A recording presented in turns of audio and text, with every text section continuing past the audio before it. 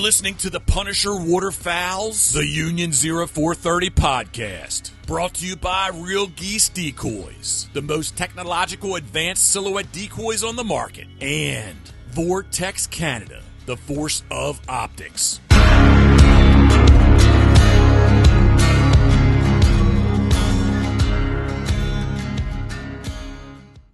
Hey everybody, welcome back. This is the Union 0430, episode 82, with the one and only Jeff Coates, back for his fifth time, if you could believe it or not.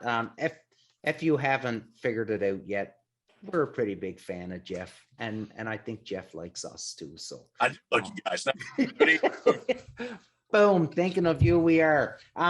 So awesome. We've got Jeff Coates on, and all of you, of all the millions that listen, you know it's always a great show when Jeff comes on. So we will be all over the place tonight, as per normal, but we'll kick off with introduction of the boys.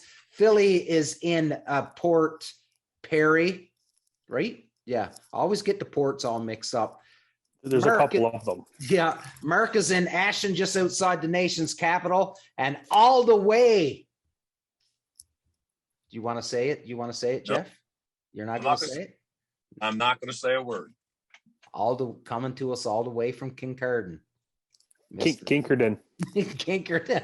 Mr. Dave Palmer. And coming to us from Ocean City, Maryland, Mr. Pitboss Waterfowl himself, Mr. Jeff Coates. Jeff, buddy, thanks for coming back on again. I'm happy that you're on, but I'm sad for you at the same time because you missed out on what would have been an amazing trip down to Arkansas. You and Karen were going to go. You were going to have a wonderful trip. Nice romantic duck hunt. Trip for you and Karen, flying first class. The dude, boys, I'm talking to him on the phone a couple of weeks ago, and he's got it all planned out. He's telling me, he said, we're flying first class. We're gonna do our hunt, and we're gonna stop over in Memphis, I believe, right? You guys were gonna go to Memphis he had it all planned out. And then Mother Nature got involved and put the screws to it. So I feel bad for you, buddy, because I know you and Karen both were looking really forward to this trip. We really were. Thank you. First off, guys, thank you for having me on this evening. I appreciate it very much. Thank you. And hey, for anyone that's listening, you only get to hear us once a week, but the sixth member of the Union 0430 has his own podcast. Yeah. So you can get another episode that you would like. Right, Jeff? Yeah, man, we're trying to kick it in. It's been, my attempts have been basically just me talking. So I've really made a strong attempt to, matter of fact, yesterday with Species, I thought I had it all set up. Yeah. I said, hey man, if you got a second, just let me, I'm trying to test this out. My idea was I love the Zoom idea. Yeah. But just for the audio, I wanted the audio to be crystal clear. So I'm thinking, man, not everybody has iPhones, but like FaceTime audio. I want to figure out how to get my FaceTime audio hooked into the recorder. And I thought I had it all figured out, and I didn't. But this afternoon, although I didn't have a chance to do it, I think I've cracked the code on it. And by the way, Species says to say hello. Yeah, I bet. He just celebrated his birthday. So you guys, Dave, you and Mark met Jeff, right? When we were in PEI, we done a show. He had stopped on. He had just celebrated his birthday about a week ago, I believe. So I'm looking forward. Like I really am looking forward to going back down. It looks like I might be in PEI in April, so I'll be checking in with him for sure once I'm down there. But yes. Dave, thanks for bringing it up, Dave. Yes, I do try. We're trying to do it, trying to make a concerted effort to do it and try to do not once a week like you guys, but maybe like twice a month, have some decent content. So thank you. So why don't you talk about the Patron? Am I saying that right? Patron. Patreon. So yeah. Patron, that's tequila. That's tequila. Yeah. No, it was close enough. Enough. Yeah. So why don't you tell us about Patreon? So I had mixed emotions about it because I hate to ask people for something. Mm-hmm. And kind of the gist of it is that you're asking people to support you. under the guise maybe of if they support you, that you can make better content, you can do more content, it'll afford you to do more things. And I started an account way back in the day, and I just never did anything with it. And Bob Owen from Lone Duck Retrievers, full-time dog retriever trainer from upstate New York.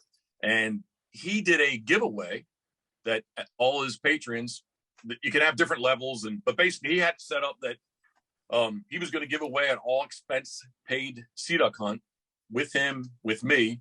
And the more we sat in the boat talking about it, it's something that I kind of wanted to make sure Karen was on board with it, because she's going to be a part of it. And we've kicked it off. It's been a little slow to get going. But if anybody wants to check us out, patreon.com/Jeff Coates, COATS. And I think we have 10 patrons right now, but I have 3 different levels. And the ultimate level is we're going to give away a sea duck hunt for 4 different patrons. So they're kind of a mixed group of people. We did it with the whole Pitboss XX, the 20th anniversary. We did a hunt where, like, typically it should be like-minded people, so maybe they don't know each other, but kind of people that are in the like mind, and they entered the contest. That contest, you had to do a video submission, and so we kind of thought everybody was on board, more or less on board, and it worked out well. So we're going to give it a roll and see. Maybe it takes it 6 months, 8 months, takes it a year to get going. But especially with when we get world headquarters up and running, I just envision more going on, and again, Karen's she's gonna take a role and be a bigger part of what we got going on there too. So what you need, Jeff, is OnlyFans. Only.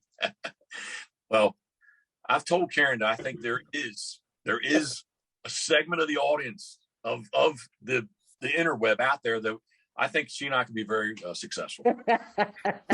Like, in fairness, I was contemplating about starting an OnlyFans myself. Like, I was going to be selling inappropriate photos for $20 of yourself. Like $20 to get a photo, $50 to not get one. Yeah, that sounds about right. Yeah.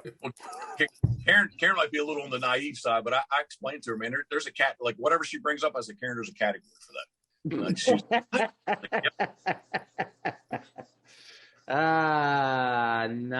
Not diving into that one, not whatsoever. But I would like to elaborate a little bit on your program. So for all of you men and ladies that are listening out there, for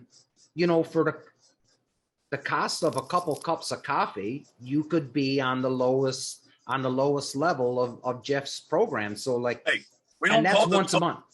Well, we don't call not the lowest, level number 1. Sorry. Yeah. That's poor wording on my part, but yeah, for the cost of a couple cups of coffee, you could be on level 1. So, and that gets you, that gets you a t-shirt. Is it, Jeff?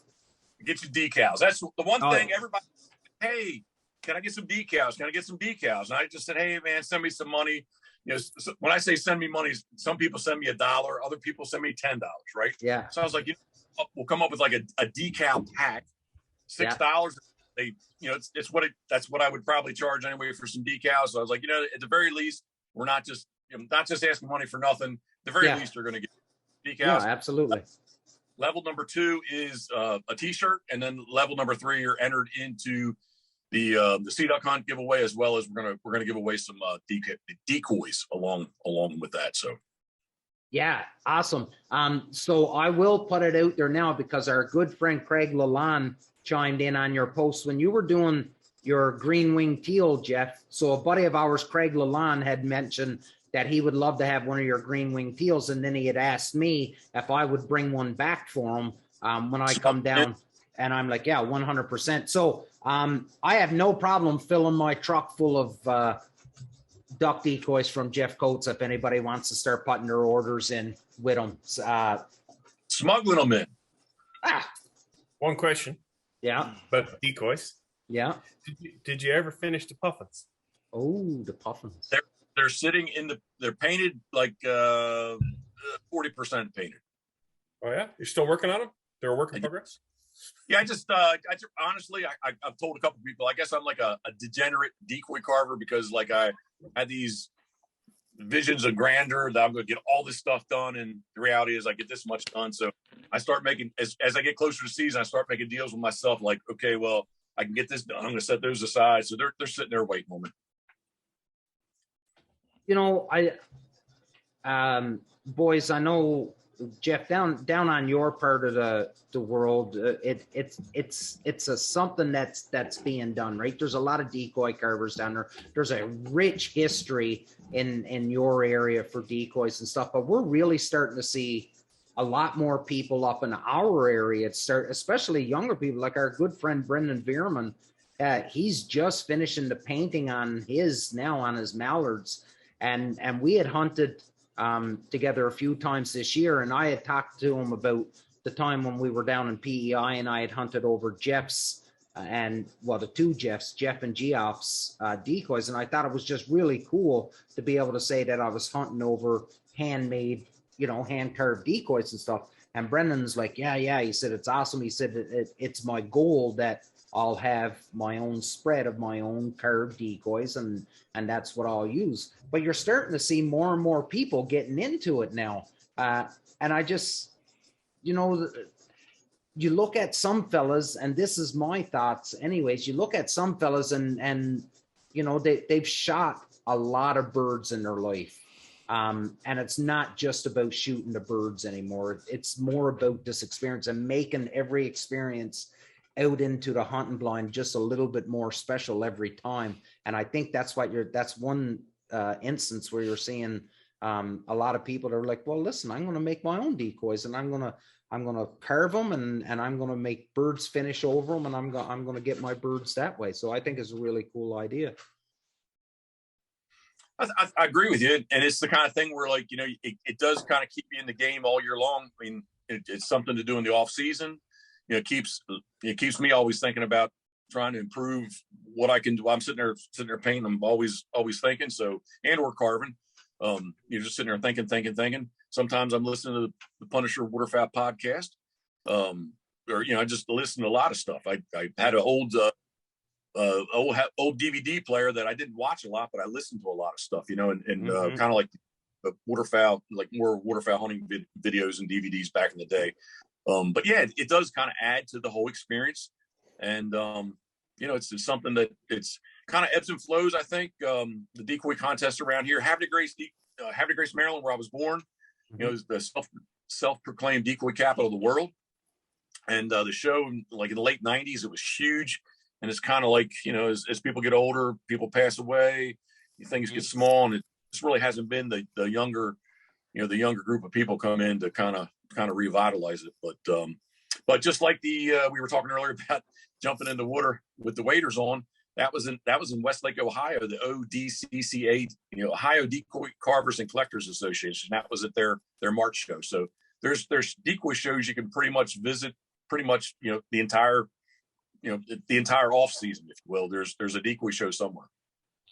And nice and very good job. That was a very professional move on your part, Jeff, and getting that wader plug in there, because so Dave. There's a decoy carving thing in Ontario coming up in March. Is there pretty really? sure it's March. Yeah, it's over near Kitchener. Okay, I didn't know. So I shot geese in Kitchener one time. Did you? Really? Yeah, I'll look it up. But Dave, you and Jeff had a pretty good conversation. Excuse me. Well, when Jeff first got on and we were talking, I'm like, I was just super glad to see Jeff, because I was worried, because I saw a video of Jeff in waders jump into a pool. But Jeff, and everything I'd read on Facebook and Twitter says if you jump into a lake or a pool with waders on, you'll sink to the bottom and die. And I'm surprised that Jeff made it through his ordeal. But I think that this is a good time to maybe talk about that little myth that's going around, and maybe bust it with Jeff talking about his little thing there. You want me to take the lead? Yeah, it's your buddy. Yeah. You were the one that jumped in. I didn't do it because I was afraid. Well, I mean, isn't it the kind of thing where generally, typically, if you're on the water, you're waterfowl hunting, whether it's ducks or geese, but if you're on the water, 90% of guys are wearing waders, right? And it's always been, the myth kind of thing. And I'm not making I'm not making fun of anybody that's died from waterfowl hunting. That's not my intent in this. Yeah. Because I had a couple today bring that up. Well, my buddy. Yeah. That was not my intent in this. But to me, common sense, we did way back in the day. We had to jump for swimming, for lifeguard, for Boy Scouts. You had to jump in a pool with clothes on and like turn your your shirt into a life jacket, your pants, whatever, or do like kind of the dead man's float where you floated, and if you had to be in the water for a while, that you instead of treading water, you kind of put your head underneath, rest, come up, get a breath, and go back under. And I'm kind of rambling, but in my mind, we as human beings generally float in water, and especially salt water is even more buoyant. So it's even easier to float in salt water, right? Yeah. I won't do it. I was gonna say, you think about it, water waders. You take waders and you hold them in your hand. They don't weigh a lot. If you fill them full of water, they're not going to weigh enough to sink themselves to the bottom. So what makes people think if you fill them full of water, they're going to pull you to the bottom? Right? It's not like they suddenly weigh 100 pounds. They don't weigh anything else because they're in water. Now, that said, there's a very real possibility. Like if you're in waders and you jump in, like dive into the pool and your waders are full of air, that creates like a balloon that'll buoyantly up and you'll be face down and you'll have to flip yourself. But in that case, you're trying to fill your waders with water to get rid of the bubble, right? So, this is the importance of wearing a wading belt. Right. Yeah. Then you Keeps the water out of your legs. Or a PFD. Yeah. That too. Even better. As opposed to a PDF. Yeah. Yeah. Don't try and wear a PDF. But so that was, and this stems back when we did the DVD series, we had the TV show, and not that I want to be argumentative all the time, but this would be a topic that would come up where I thought it was foolish, and I can't believe somebody that's intelligent would believe that the water in like Mark, like you said, the water inside your waders weighs more than the water. The water inside is more dense than the water outside of your waders, right? So it happened to be that show. I had an old set of Hodgman waders, and Saturday night, it's a big time. They float at the Holiday Inn Express. Basically, all the rooms look down into the pool. They on Sunday morning, that's where they had the decoy contest. They floated them in the water. There'd be some layout boat guys there. They throw boats in the pool Saturday night and kind of get a little rowdy and on the I won't say crazy, but a little on the wild side. But before it got too crazy, went up to the room, grabbed these waders. Tom Matus was there. He was very concerned that I was going to go to the bottom. He had the old pool hook. And Tim that was filming, when I'm about to do this, and I had a drink or two, we went out to eat, and also, it's not like I hadn't had a little bit of alcohol, and he had the camera, but he was worried for me. He's like, he told me I was going to go to the bottom of the pool and be stuck on the bottom. Whoa. And the little video clip I put up today is only 40 seconds or whatever, but the entire clip, I was in the pool swimming around for 5 minutes. I even walked up in the shallow end because they're saying all the waders aren't full. So I walked in the shallow end and filled them all up. And I was like, I'm telling you, man, these things are 100% full. And, if anything, they made me float kind of in a goofy way that my head wanted to go under kind of thing. Right. Like a buoy. It's almost like a buoy, right? 100%. Now, I'm concerned. Did you wait half an hour after eating before you went to the pool? It had dessert. No, jumped right in. Well, so it's a good video, and I urge anybody that's listening to go on Jeff's social media and watch it. But what I really, Mark, you could probably share screen and bring it up. But what I love is Jeff's this video took place before the whole swagger where you walk in somewhere and your arms are flopping like this. But that's how I picture Jeff. He was like, I got my waders and I'm going to jump into the pool. And I'm just, And I could just picture him because he was so confident coming around. He was like, you're all filming me. Y'all think I'm going to fucking drown. You watch. And he's like swimming around and then he dives in under. It was awesome. He was the original. Like people who watch the UFC and they see Conor McGregor when he walked in with his arms like doing that. And then Brad Marchand copied him. Yeah. Conor McGregor copied Jeff Coates walking into that pool, right? Yeah. Jeff Coates is the OG. Yeah, he's the OG. Mark, you going to bring that up? Yeah, you guys keep talking. I'm going to get this sorted there. If my dates are correct, sometimes I'm off a year or so, but I think it would have been March of 2006 is when we did that. That's it's pretty good, man. Like it was a good video. And you could see the guy that's behind you with that big long blue pole, and he's like a wild spring ready to pounce in case things go. I'd like to know where all of Jeff's hair is.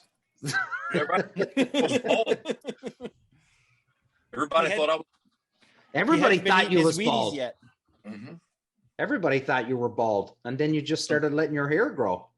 Okay, I found something. Do it. What do you have? Because I got it. I got that. So that's the 2022 Canadian National Wildfowl Carving Championship. Okay. June 3rd, 4th, 5th. This is on Jeff Crate Wildfowl Carving. Yeah. So it's in Waterloo, Ontario. Yeah. So. CanadianNationals.net. Yeah. That's pretty cool. I think I'd like to go to that actually. Yeah, you'll be pretty close to my place. Huh? Yeah. Jeff would come down for the Worlds Championship in April. Yeah. They would. Yep. Yeah. Jeff Creed is really, really well. And then there's another gentleman that lives close by me. I don't know if you know his name, Jeff, but his name is Larry Fell. Do you know that name? That I don't. No, I've seen some of his stuff really, really good, but I don't have an eye for. Here we go. Just watch this. Watch him walking out. He's just like, yeah. You're all laughing at me.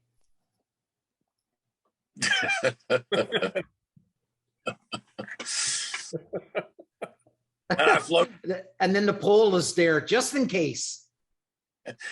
Tom was concerned, man. He didn't want me to die. Like this, like dive in. It's awesome. Swim around. Yeah. And again, ladies and gentlemen, the people that are listening, we're not I'm taken away from any tragedy that you've that you've seen or been part of, but it is what it is. But look at that baby face. That is Jeff Coates for everyone who's watching. Yeah.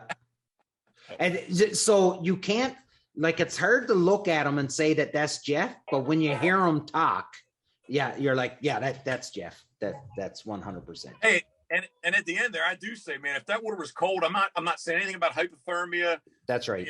All just straight up. If your water, because everybody told me that if my waders are full of water, I'd be like, not that I'm not a lightweight guy, but I'd weigh 1,000 pounds and I'd be stuck on the bottom. And that's just what I wanted to prove whomever wrong. Yeah.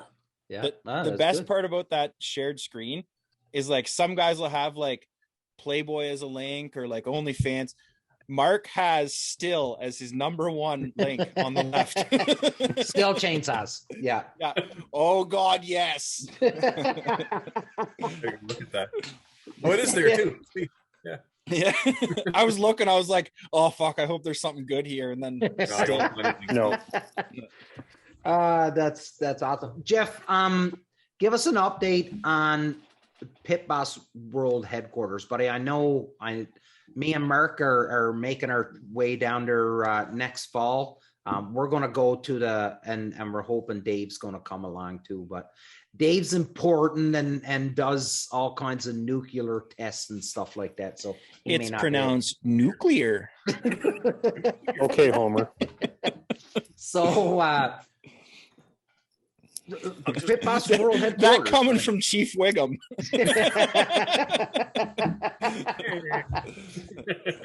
Touche. Chief Wiggum. Homer. This time last year, we hadn't settled yet on the property, right? I think it was looking it was the 26th of February we settled. And man, last year's things moved so slow. It took us like 16 weeks to get the property surveyed, another 5 weeks to get some site plans drawn up, and then that put us into September, and I had other things going on. I had to kind of switch gears. So this year, I just really want to stay ahead of it instead of behind it. And was talking to, we still haven't 100% decided on the builder, but I think we know who we're going to go with. And I talked to our money man this afternoon, and just kind of things are moving along. I'm just going to stay, like I said, I want to stay ahead of it instead of behind it. Very, very motivated to get it done this year. And there's just I don't want to say ruin. Not that it's a big surprise or anything, but I mean, part of it was of getting down. I over the years, I've been very fortunate to stay at many, many lodges. Probably my 5-star lodge, the top of the list I stayed at Honey Break Lodge down in Louisiana, and probably I've stayed at other guide services that just had basically like an apartment room kind of thing where it was basically just a place to sleep. So kind of done everything in between. Karen has never been able to experience any of those kind of things. We traveled a lot, but not in a duck hunting lodge kind of thing. So this is going to be a good example for her, just to see what Buster Cooper had going on and see how they run things there, because the plans would be, if we're going to do this, is that she's going to be a major part of running what we got going on over there. So that was one of the day-to-day operations, right? 100%. And that'll be her full-time job, working for, I don't want to say working for me, but like, let's say working for the brand kind of thing. Right. Yeah. So, and I think I can be much more productive if she's helping me, than her not being here helping me kind of thing. So, I do see her being just an integral part of all the what we're doing. So, but it's 3.5 acres. The main building's going to be, keeps getting bigger, but it's right at the moment it's 52 by 104, 152 feet by 104 feet, and then a bump out of a 40 by 40 that on the first floor we'll be living, and then the second floor, I'm not really sure what's going to go on the second floor, but it's going to be hopefully something that's very positive. So I seen the preliminary sketches of the building, and it looks amazing, buddy. And knowing you and knowing Karen, I have no doubt in my mind that it's going to be unbelievable, and I can't wait. I just wish it was going to be done for next fall, but I guess I'm just going to have to make another trip down in a couple years time to take advantage of it, I guess. But I tell you, the one thing I am concerned about though is if Karen is going to start making this part of her, day-to-day operations and stuff, and exactly like where you guys are geographically, like you're not that far from the Outer Banks to where the tuna could be caught. No, not 4 hours. hours. How is Karen not going to be able to get tuna? Because I'm telling you, I'm still to this day probably the best thing I've ever eaten in my life was that tuna that we had in PEI, hands down. Fresh, man, you couldn't get any fresher for sure, right? That was amazing. So, yeah, but I can't wait. I can't wait to see what you guys are going to do. I really can't. But we're definitely going to miss the Pitboss refuge out back here. We're we're going to miss that aspect of the water, but that's about the only thing we're going to miss. We're going to put in a small. I need fill anyway for the building, for the site, for the pad. So we're going to dig a pond. I don't know if we can get some wood ducks there. If we're going to maybe buy a couple like back in the day they were called calling mallards, like a kind of a mini mallard, and get them in there, and corn helps everything out. So we throw a little food in there. The neighbor across the street, he has 3 wood duck boxes that he gets anywhere from 8 to 15 eggs in each box. We have seen wood ducks flying around, and there's a couple of impoundments that are very close to us. So I think if you kind of that saying, if you build it, they'll come. Yeah. So we won't totally be missing the waterfowl there, but that'll be probably our biggest, the biggest thing we'll miss current day is we won't have the water out back, but everything else is upside. The dogs are going to enjoy that piece of property much more than they do here. It'll be fenced. They'll be able to run basically the entire piece of property. And it'll just be, it'll just be our future. That's what it'll be. Absolutely, and a great one at that. Thank you. So give us an update on what's happening over at Molly's. I just seen that they made an announcement that they got restocked on ammo, and I didn't realize how big a deal Molly's was when it came to federal ammunition. They are a big deal. They have a great relationship with federal ammunition for sure. And that's that Sea Duck load, the Waterfowl load, the duplex. That was a Molly. It's been a Molly exclusive for 3 years. Yeah, past 3 seasons. So yeah, I mean they it's a great family business. Their webpage is very, very, very close to being tweaked so that they have the selection, they have the volume, and they have the pricing. They can compete with anybody nationally. They just need to be able to have the platform to be able to get out there to do it. So they're very, very close to having it done. But yeah, man, I do a radio spot for them. We do it kind of updated weekly, and like guns and ammunition is a big deal here. I mean, it's a big deal in the fact that there's a limited supply of it. Yeah.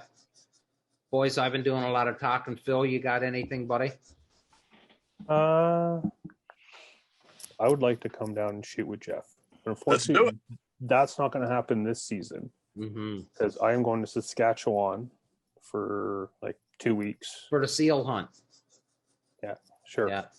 Yeah, and that's not, and 2 trips in like a month is not going to fly with the CFO of Christian Enterprises, so to speak. The Minister of Finance. Yes. By the way.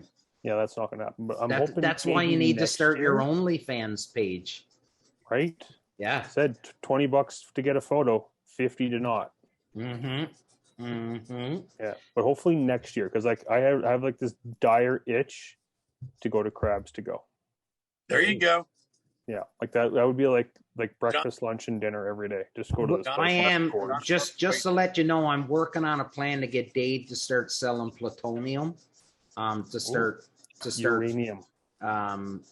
Funding our waterfowl adventures. Caution, radioactive material. Yeah, Dave's going to start selling plutonium. So we'll be good. There's a couple shady guys that's been kicking around lately asking about it. They seem harmless, but I'm sure Dave can source some. I'm gonna leave that one alone. A couple episodes ago, you guys were talking about season dates, right? Yeah. So here is a U.S. Fish and Wildlife Atlantic Flyway fact for you all. This past season was the last year of the special sea duck season in Atlantic Flyway. Way back in the day, it was 107 days long. Our regular duck season could be 30 days, 45 days, or 60 days, depending on what they deemed the population to be, right? But sea ducks was always open. It was 107 days long. So 6 years ago, they reduced it to it, and it was a 7 bird limit with no more than 4 scoter. So 6 years ago, they wanted to reduce some of the harvest, try to kind of, just kind of curtail it, shall we say. So they dropped 107 days to 60 days, and they wanted to reduce the harvest by 25%. They dropped the 7 to 5 with no more than 4 scoter. They will say in 6 years, the harvest rate went up 30%. So they wanted to come up with something kind of to shock the Atlantic Flyway and the harvest, reduce the harvest of sea ducks, scoter, old squaw, and eider. So next year, in not just in Maryland, but the Atlantic Flyway, sea ducks would just be considered ducks. So whenever that state duck season is open, you can target sea ducks. And instead of 5, no more than 4 of anything, it's 4, no more than 3 of anything. So it's going to be a little bit of a difference next year.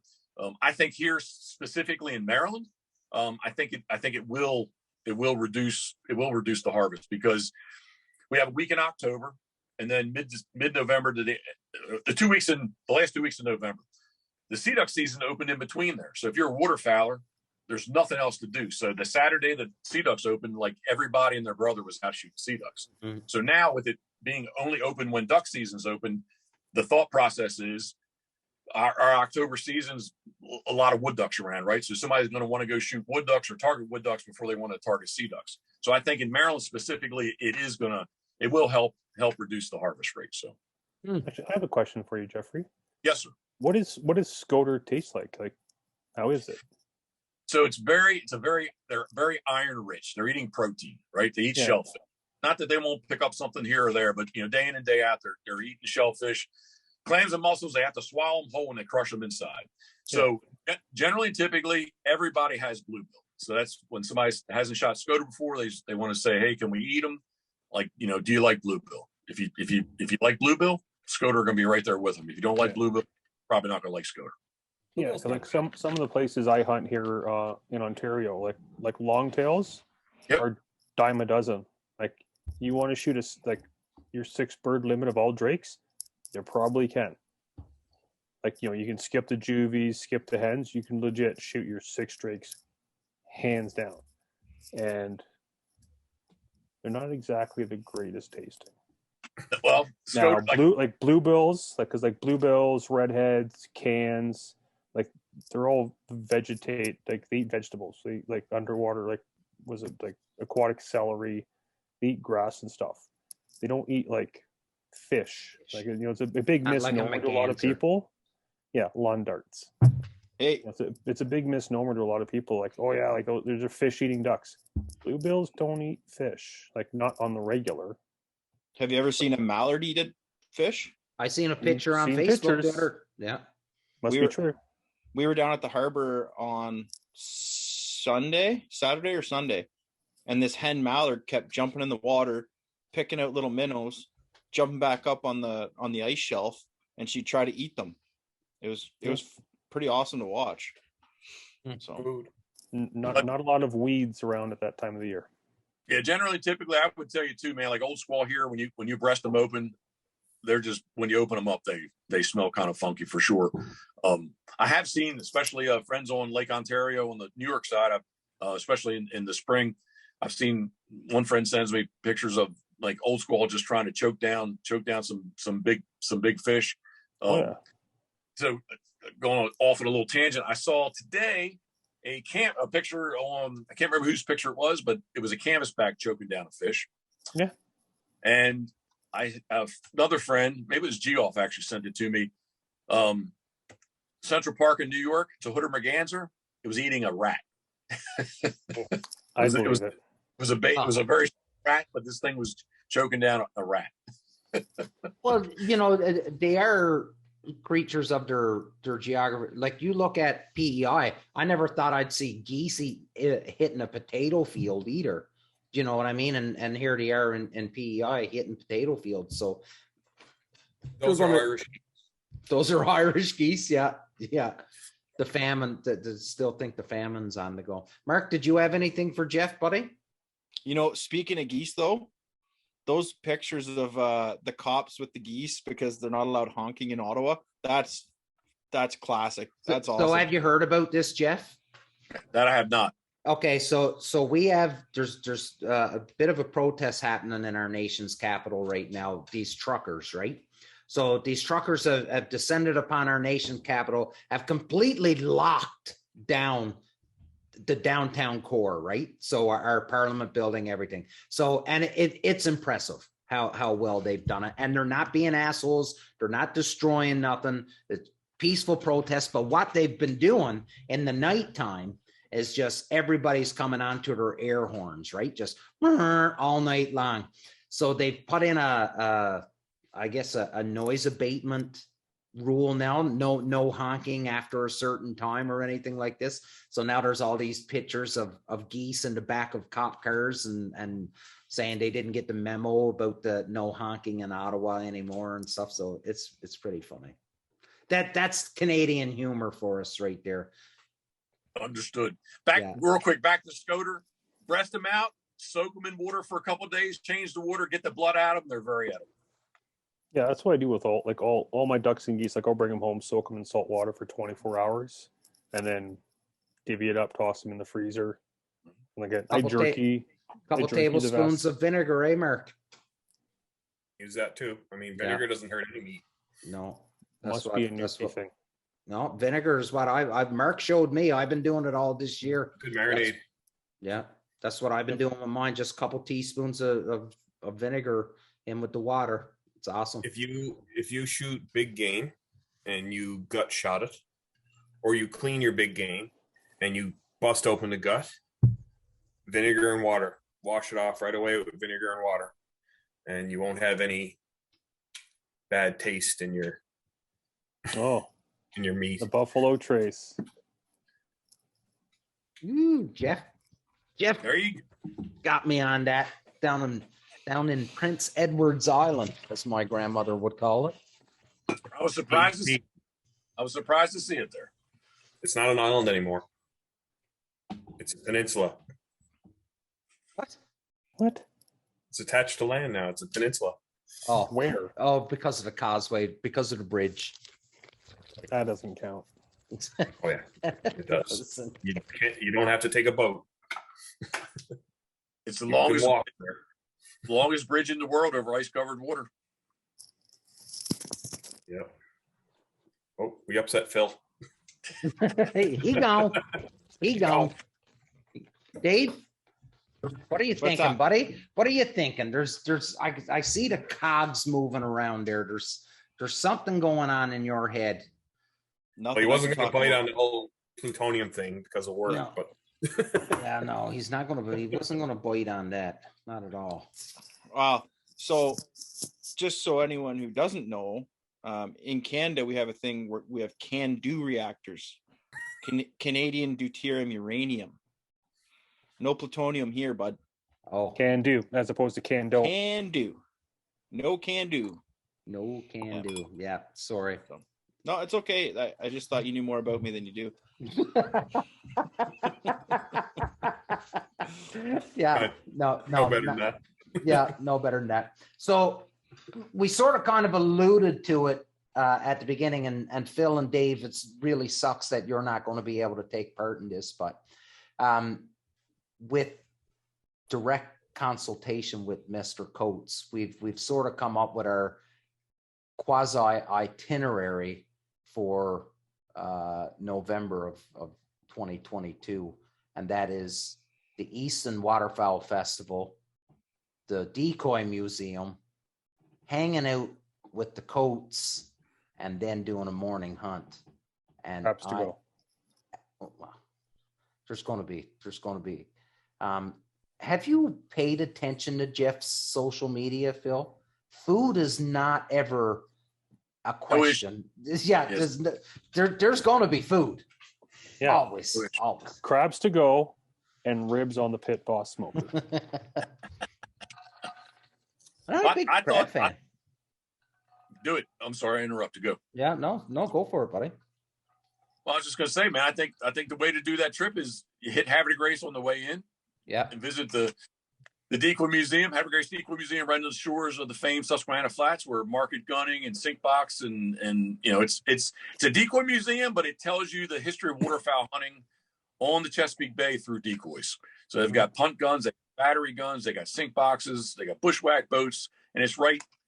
You're right there. You're right there on the shores of the Susquehanna Flats. So that in itself is a really good experience. If you got enough time, I can we'll get you dialed in. You can stop at Joey Job's and check out his shop. Oh yeah, he's right. He's a local carver there. And then make your way on around. You got to go through Kennedyville to get to Easton, so you got to stop at Molly's, and at the very least, you can get your hunting license there. Yeah. You probably can get some Pitboss brown beer there at Molly's Mart, and it's where you can fuel your adventure at Molly's. So they got the sporting goods store. They've got Molly's restaurant and Molly's Mart. So they've got it all there for you. And then about another hour's drive on down to Easton, and the whole town of Easton, Maryland gets involved. They have the World Goose Calling Championship. They got the Live Duck Calling Championship. They got the manufacturers. Kind of the brand Midway throughout there. Molly's has their own tent there too. And Friday, Saturday, Sunday, it's a great show. And they have kind of caps off the weekend. Saturday night, they have the kind of more of with the calling contest. They have the Sportsman's Banquet, which is basically kind of a one fee, gets you all you can eat and drink. And they have plenty of seafood. They have plenty of oyster, plenty of crab. I don't know what beer they serve, but they got a lot of beer flowing there too at the same time. And it's a really good time you can catch up with any of the vendors that are there, the guys that have been calling in the contest. It's just kind of I won't say it's a who's who kind of thing, but it is kind of a mini's who of the waterfowl world. You can kind of get, have a drink with, talk to, and that kind of thing. And then about an hour and 20 minutes drive from Easton over towards Ocean City. First stop is Crabs to Go, so you can get you can get something there, and then we'll cook something, and then Monday morning we'll go shoot some sea ducks. Yeah, can't wait. Now, since I can't make this trip, Damien, your mission while you're down there, I need you to bring me back an official collaborative Molly's and Pitboss drinking cup. Okay. I don't have one handy, but yes, we can do that. Yeah. I need one of those cups. Comes in black, bottomland, or shadowgrass. Bottomland. Bottomland. Bottomland. Bottomland. Bottomland. And I'm bringing. I don't know Phil, but I think I know Phil well enough that he's picking Bottomland. And I'm bringing Mark, so he'll be the designated driver for the entire trip. Yeah. And I was I'm looking really. at something, but there's not. Sorry. Oh, it's awesome, boys. Great episode. I don't want to cut it short, but we are sort of kind of rambling on here right now, and not really. That's what we do every episode.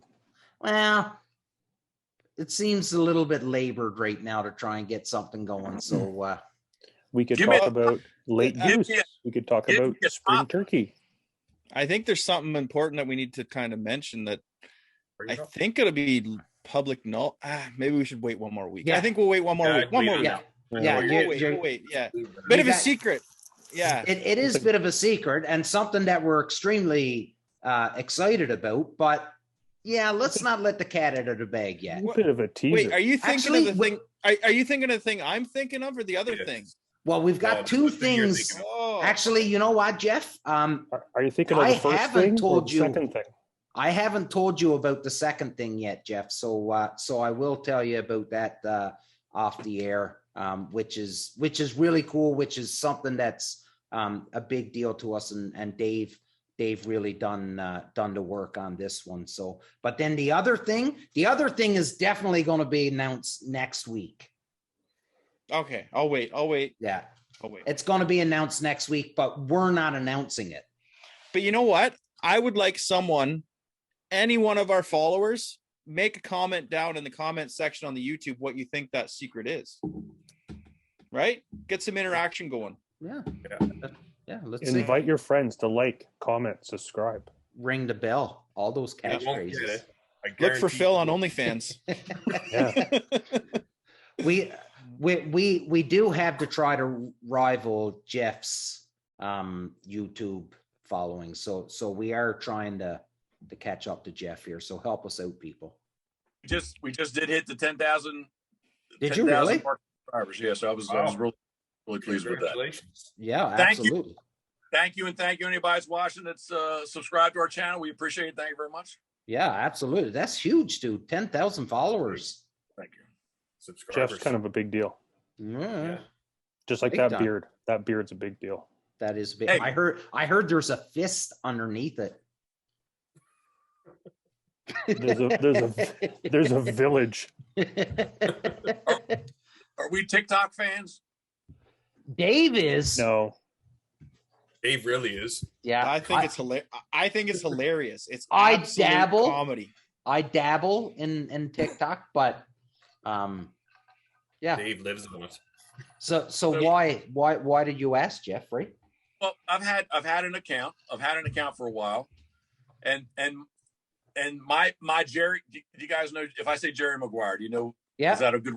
Yes. Yeah. Okay. So my Jerry Maguire is always telling me. He's always helping me. He's trying to focus me, get me going in a good direction. And we talked recently. He's like, "How's the TikTok going?" I was like, "Man, I fell off the wagon." Yeah. He says, "You need to get back on that wagon." So I made a very concerted effort. Post, and man, all of a sudden, I'm not being banned, but I'm getting messages that I'm breaking community guideline rules, and evidently TikTok does not like killing ducks. No. Oh, We got the Punisher one we got in trouble because I made one on how to do tie up your decoy rigs when using the Lifetime decoy rigs. Lifetime hit us up, but I tried to make a video on that, and they banned us for like whatever amount of time. And I'm like, you know what? Fuck this. I'll just keep looking at the chicks dancing with their tits out. Like, that's what TikTok is, you know? I can't show how to hang up a fucking decoy to store it, but I can look at half naked chicks for 3/4 of an hour. Dave, if you were in like a little mankini, probably would have passed. No, you know what? Our TikTok Nobody didn't needs to take see off that. because Damien wouldn't fucking dance on it, right? Big time. Partially because I wouldn't do the editing because I didn't want to see that shit either. You need to rig the decoys and like little Yeah. Hey, hell is his listen. name? The dumber your dance is, the better on TikTok. Come on. Yeah. Hey, You need listen, to- I you need to wear the will Borat- throw it out there though. If we can get, if it'll help us get 10,000 followers, I will dance in a mankini. And if we get 20,000 followers, he won't. Yeah. Yeah. No, I think that should be reversed. yeah, no doubt. I do watch it. Like, there's some funny stuff on it. Like, I'm growing up at home. My dad was a huge fan of the old comedy, like Don Wrinkles and Don Knotts and Harvey Korman and these guys, right? So the beauty about TikTok is that all of these guys, somebody has been a fan and has put all of their stand-up on TikTok. So that's what I like watching, all the old, especially Don Wrinkles, who was years before his time. I like the comedy stuff, but there's some pretty funny stuff on there. There's some stupid shit too, some really stupid shit. But I don't know. We tried to do a TikTok channel, but again, Dave wouldn't show his tits, so I tried. Got Well, banned. Thankfully for me, YouTube is still somewhat friendly with that, so you can get away as long as you check the right boxes. that's You right. can get away.